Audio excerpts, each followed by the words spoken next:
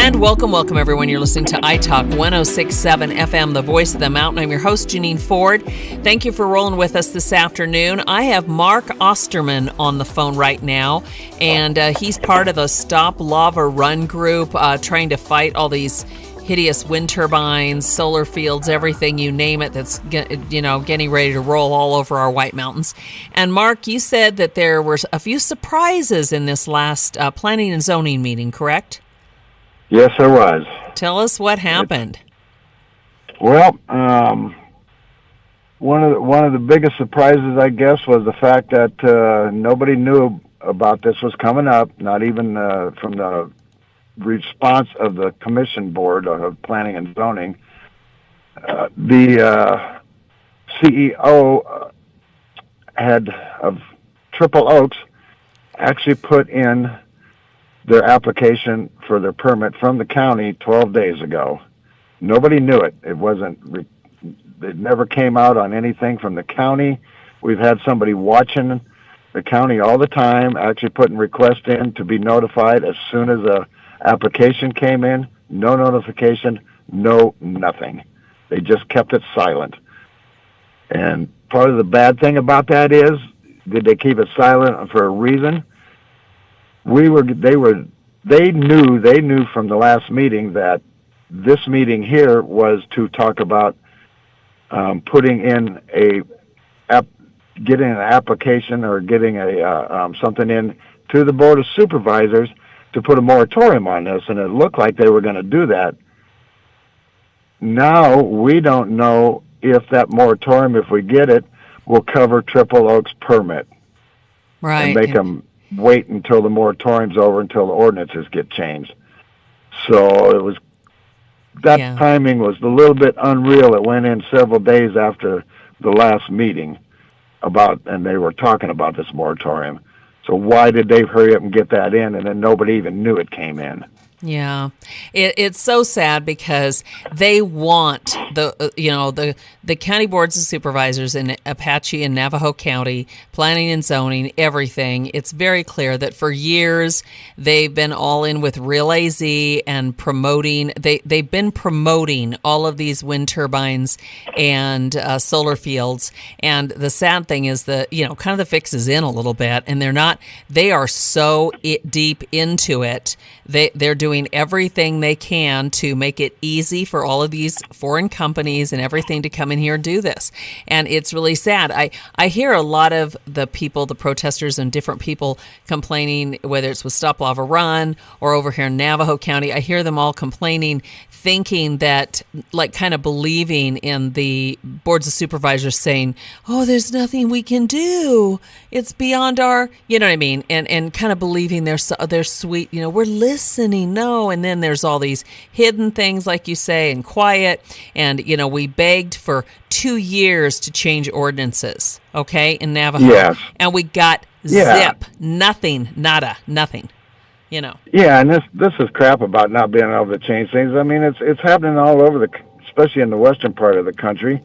Counties are finally getting smart and listening to their people that don't want these things and ruining their land, and they are telling them no. Now, are they having to fight it a little bit with these guys? Yes, but they are willing to fight for their people. So what's wrong with? Why aren't our people willing to fight for us against these guys? That's the thing. That's the key, is ours are not willing to fight. They keep saying, oh, we don't have the authority. There's no authority. And the problem is there are other places that do have some authority. We elected them in, and they have there's no backbone. But the reason there's no backbone, and the reason we're getting, all this soft, sweet talk all the time, there's nothing we can do, our hands are tied, this is wonderful, all that stuff, is they want it. They're in with them. And that's the whole thing that we're up against, Were there any other surprises in the meeting? There was. I tell you what, there was kind of a nice little surprise at the beginning, believe it or not. And there was a bit of a heated argument going on, and believe it or not, it was between one of the board members that sit on the Planning and Zoning Commission and Matt Fish, because they had just gotten a hold of a letter that came out a couple of weeks ago, and had read about all this documentation about how Matt Fish, instead of working with the public, had kind of pushed them off to the side for these ordinance changes, which is they're supposed to do that, get the public, a few public people involved in these ordinance changes to help write them up and see what the public opinion is. Well, he didn't use them very long, and then we found out and have it documented through emails, phone calls, this and that. One of the members that are working against us had to go down there personally and dig into this because she kept applying for release of certain documents, wasn't getting them, went down in person, found emails where Matt Fish has been having meetings either via email or phone with the two biggest companies out there trying to get it, Repsol and Triple Oaks, and asking them about certain changes he was thinking about it doing to the ordinances and seeing if they were okay with it. Now, why in the world are you working with people that want you to change the ordinances to their benefit instead of the people? But see, that's what I'm trying to say here. That's what's been going on all along. Fish, just all these people that are involved with Real AZ, and if you look at the group, that's all they've been pushing is renewables and for these foreign companies. This has been baked in for years. They've been doing this, and it's they talk to big energy. What do you want? They talk to the foreign companies. What do you want? What do you need? Okay, and then we hear, well, but if we make restrictions too restrictive, we might be sued. No, they're not doing that at all. They're making the beautiful rosy bed perfect for them, asking them, and that's what this is all about. They want them here, so they're calling the shots.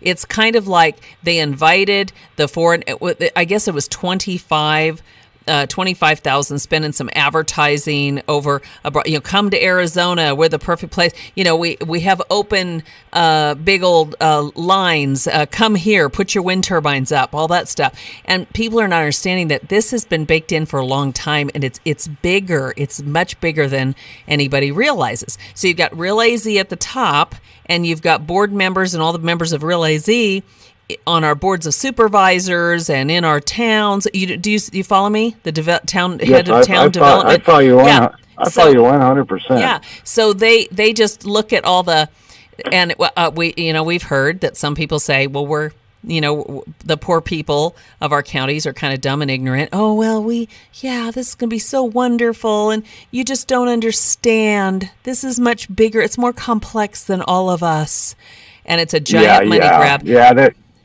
Their biggest thing is they always come back to it. Well, people may not like them, but they don't have a good reason, and we're doing this because of the people. Well, you know what? Why is it then the majority of the people, the ones that have kids in schools, this and that, they don't care about that extra money for the schools. And that's all a lie too, because in Oklahoma and Texas, the property taxes that they said were going to schools, the Oklahoma and Texas had to spend more money suing for those property taxes. You got to remember, you're dealing with these foreign companies, right? They're in there for 2 years, and they skate, and they admit, we'll watch this for 2 years. And our counties aren't putting anyone on the hook. So that's why so many people are writing letters right now to all these county board of supervisors as individuals and the towns and planning zoning. This is an emergency situation. You are taking away our land value.